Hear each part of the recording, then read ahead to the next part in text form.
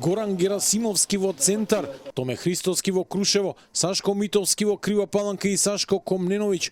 Ова се првите 4 имиња што лидерот на СДСМ Венко Филипче ќе ги објави како сигурни кандидати за локалните избори во октомври, дознава телевизија 24 од висок партиски функционер. Сите четворица се актуелни градоначалници кои според информациите веќе постигнале договор со врвот на партијата.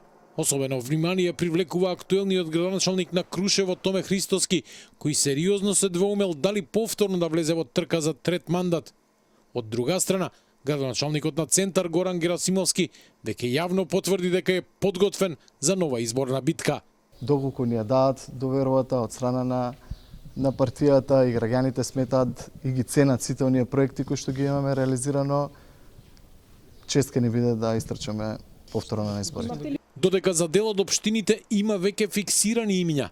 За најголемата битка, градот Скопје, уште се калкулира. Неофицијално, меѓу најпосакуваните имиња во СДСМ е професорот на архитектонскиот факултет и поранешен член на извршниот одбор на партијата во времето на Димитар Ковачевски, Мишко Ралев.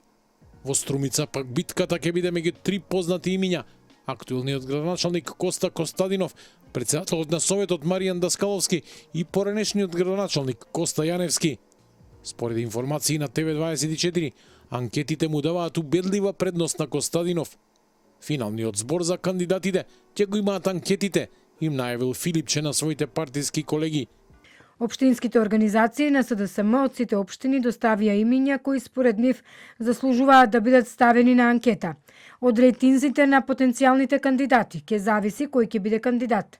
Во дел од општините, каде партијата не стои најдобро и не се издвојува ни еден кандидат на анкетите, одговорноста ќе ја преземат председателите на општинските организации.